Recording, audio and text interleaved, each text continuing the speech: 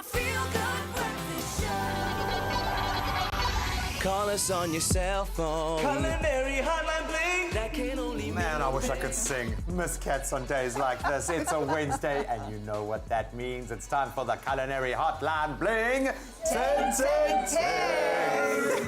We've got the gorgeous Anel Porkita and, of course, the equally gorgeous Chef Jenny Morris on our foodie panel this morning. And, of course, we're putting it out to you. Try and burn them with a question this morning. A burning question that has been burning your mind. Ladies, so good to have you here. I see you brought the real gourmet stuff of brown bread this morning, but this is an opportunity for us to bust those myths, to answer those really difficult questions, and we want to hear from you. 021-430-9881. Give us a call. They really, I think, do know everything. No, no one knows everything. So if you try and burn us and we don't know it, we'll learn it. No, we're all on the same team here, and we love to hear from you. And we really do love the fact that you guys give us some really cool conundrums and amazing things to broach. And some of them seem quite simple, but it's often, you know, we get caught out in the simple stuff. So I'm going to open with a question from Wanda Shawsey, who connected with us on Facebook. She is asking, might seem simple, what is the difference between a sauce and a paste? You want to go first? Yeah. There's a paste. Can you just give that to me, Graham? So this is a paste. So a paste is much more concentrated. I think this is a tomato paste. Yeah. So it's much more concentrated.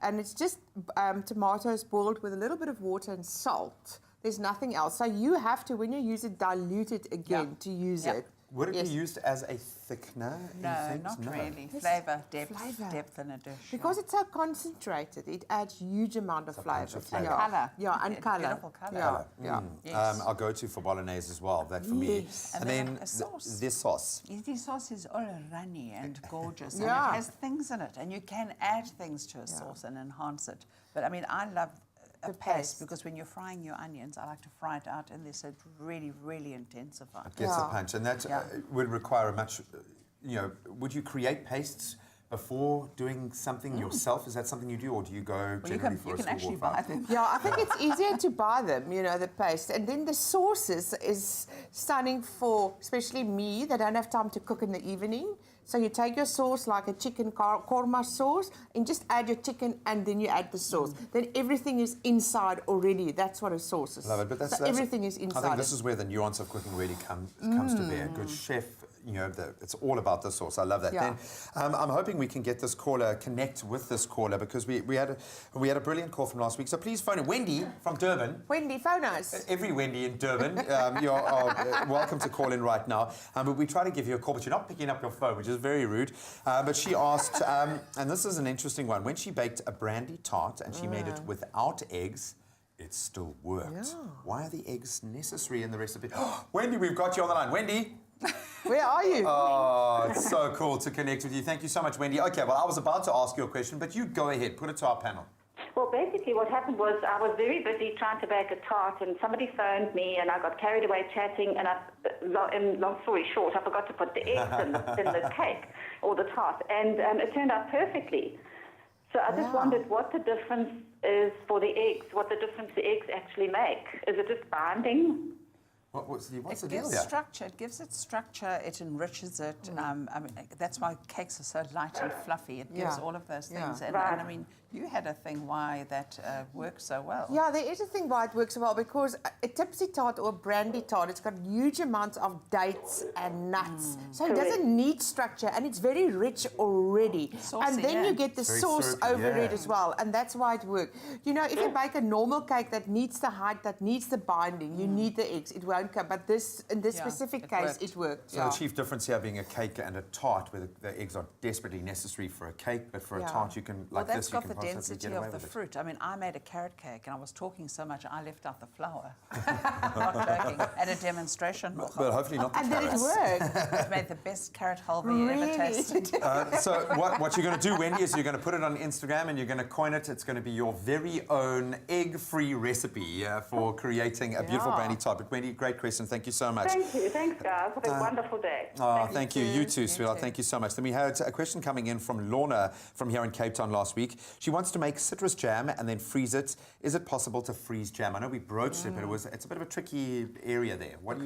Remember, we told her she could freeze the peel of the citrus, but you can definitely freeze jam. Yes. Will the sugar in it not crystallize, or how do you get Not around really. it? It doesn't go solid, because sugar doesn't. It won't freeze solid, but it'll preserve it beautifully.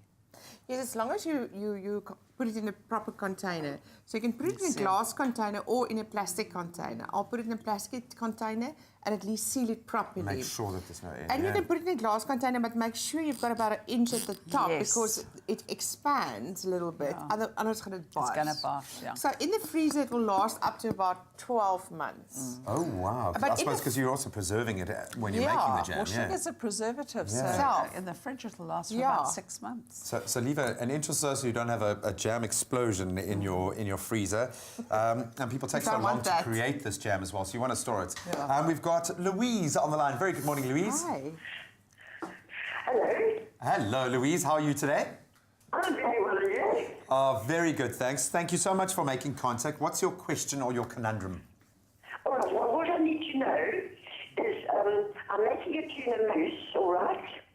Okay. And I know what to mix the tuna with. I need to know how many teaspoons of gelatin powder I should mix into the mixture to make it set. Does you want to know you want to know a quantity of how much to mix? Gelatin. Yeah. I will use 3 tins of tuna Okay. Yeah. with mixed with cream cheese, Okay. all right?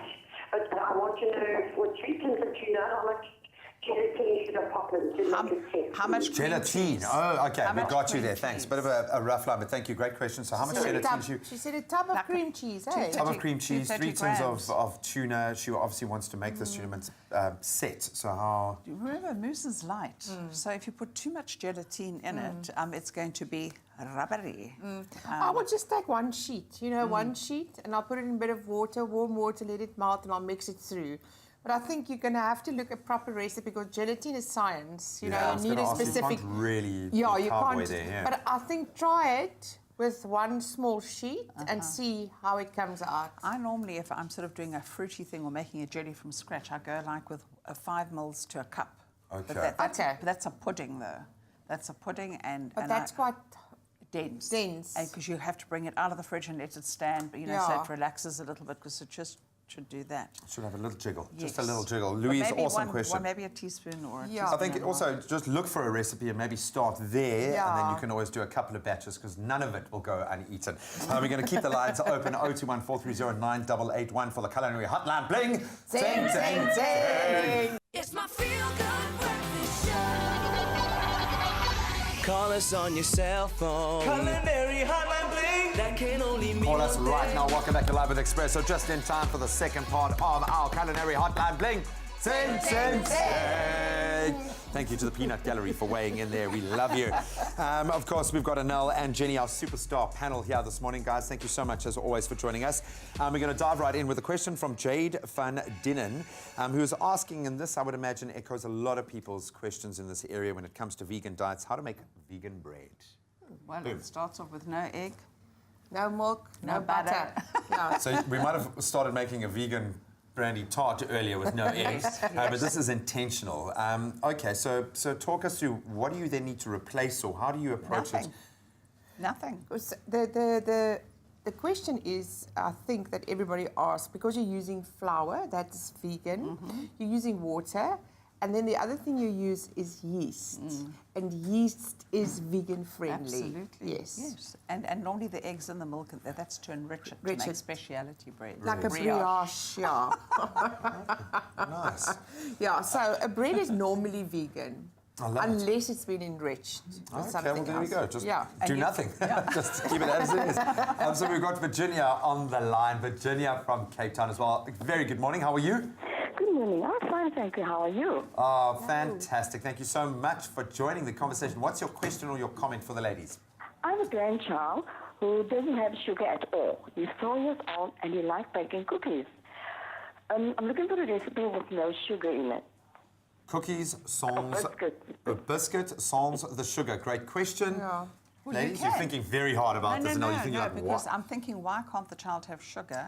My Because- granddaughter doesn't eat sugar, so we normally put fruit into it's just flour. You make it with flour and a bit of Yeah. egg and Yeah. some Is butter. obviously being a natural sugar, is fruit included in that? What is the reason for the omission of sugar in the No, diet? the sugar is the fruit is fine. Like dates, you love dates. Lovely. Okay, wonderful. There you go. Yeah, just leave the sugar out and put lovely dried fruits in it. What about a sugar substitute? Sorry, we're asking you the questions here. Something like fructose or Yeah. one of our substitutes, is that allowed? My son and daughter have attention deficit. So sugar is one of the things that we cut out. Okay. I would do dried Ah, fruit. He doesn't okay. have sweets or anything like that, and he loves it. He loves fruit. Well, I mean, for a lot of parents, that's actually a good model to follow. So thank you so much. Thanks for sharing that as Yeah. well. So we're looking at possibly substitute, but anything that's not going to give a very quick energy yes, spike, one of basically. those. you. It's like xylitol as well, you know, those sugar substitutes that you can get. And there's a lot of recipes online that you can find.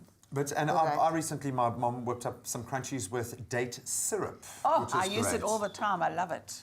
So there you go. Fruit is your go-to. I love that. Thank you so much. Wonderful question. Let's go back to something I'm trying to wrap my head around, why you would ruin a fillet steak by putting it in pastry. But Arlene from Durban, please, all due respect. When she makes pastry with fillet steak, the pastry comes out wet. What is she doing wrong? She asks in desperation. I think it's a Wellington. Yeah, it's a no? beef Wellington, I think, that she's making. That's what she's talking about. So with a beef Wellington, the first thing I will say is you have to sear your fillet steak Totally. and let it rest. So whatever juice is going to come out is going to come out. But also Yeah. mushrooms have got a very high water content, so I would chop those up, cook them out, and then strain. Yes. Almost have a and then mushroom pack it paste around. by the time you get there. And also you could put a piece of filo pastry on the bottom or a couple of pancakes. Yeah, you can wrap it in pancakes or wrap it in parma ham or something Nice. as well, like your Exactly. mushroom duxelle with Exactly. parma ham. Yes. And if your steak is well rested, let me tell you, there won't be a Any, soggy you know. bottom. And make a couple of little holes where you're going to make the first cut so that the steam can escape. I love that. Just think about it from a Yeah. moisture content perspective. Yes. Any moisture that's Yes. trapped inside that beautiful little pastry shell is going to want to come out when you're cooking it. And hopefully that's answered your question. We Yeah. don't like soggy bottoms. A little bit of jiggle, but no soggy bottoms. Let's now broach this. Another great question. This one coming from Gerrit. He was asking, why is it that when he makes a cheesecake that goes flat in the middle, what is he doing wrong? Why? We had What's that happening? question before. Yeah, you start, Jen, you start. Well, remember, baking happens from the outside Right in. in. Temperature has a great impact Yeah. on your baking. And I think it's normally about 150, so it needs to be like, can't be like 200, and then it starts to bake from the outside and the inside doesn't bake. yeah. So that's a big thing in temperature. The other thing is air. So if you over whip a cheesecake, they say you must actually not whip it or clip it. You just have to fold things. There gets a lot of air inside if you over whip it, and that inflates and deflates Like quickly. for sure. Yeah, Like souffle yeah. vibes. Exactly. That's a very good No, one. it is. Yes. So yes. I would say if you have been whipping it, Yes. let it rest a little bit so that Yeah. whipping can subside. Yeah, and also another thing you can try is put a bit more stabilizer in. So like add like 2 or 3. What are you laughing at? Nothing. Laughing Absolutely at me? nothing. No, absolutely nothing. Oh my goodness. As she was saying, I a love it, man. stabilizer. Stabilizer, put in like 2 to 3 tablespoons of flour in or Corn flour, or yeah. something like that. But not too much stabilizer because we still want a little bit of jiggle. Remember that. And I'm going to ask this one last question that came through that we didn't get to a little bit earlier. And I'm not talking about the ethical question of should we be cooking octopus at all, because that's also got a lot of people sitting on the fence. But it is, when it comes to cooking it, it is very difficult. Timing seems to be Well, it precious here. gets What's tough. the vibe? Octopus is tough. Okay, so the way I had it in Spain and the way I love to cook it is they boil it for quite a long time with garlic and onion Bay and different bay leaves. leaves and different flavorings. And then the only thing they do, they put it on a layer of boiled potatoes. They put the whole octopus on there and they sprinkle it with paprika. Yes. And with Olive lemon oil, juice and olive oil. parsley. Yes. Nice. So I would say, Jen, I think they have to cook it before, and then they can do a lot with it. Hey? You can do a lot with it. Then you can take it and you can grill it, or like when I was in Greece, they clapped it against I know, the how long rocks is to long? How tenderize it. long would you About cook? 45 to 90 minutes, but, Oh, wow, but not okay. rapidly boiling, because that's going to like to Just slow, Wouldn't you like to slow. be an octopus? Because you'd have 8 arms, and you can hit 8 people Yeah, all but at once. not if we're going to be cooked for... And you can suck on anything. You're just making me feel so guilty for absolutely loving octopus, but we've had some wonderful questions. Don't you agree? Can we give our viewers a round of applause? We love you. There's some superb questions. Thank you so much, ladies. Thank you so much for bringing that adult TV vibe, late night TV vibe to breakfast TV. No, we absolutely love you, and I still am yet to see you stumped on a question, so thank you so much. Thank I you. think You might said- actually know everything. You said soggy bottoms, not us. Yeah, man. Keep it just firm up, firm up.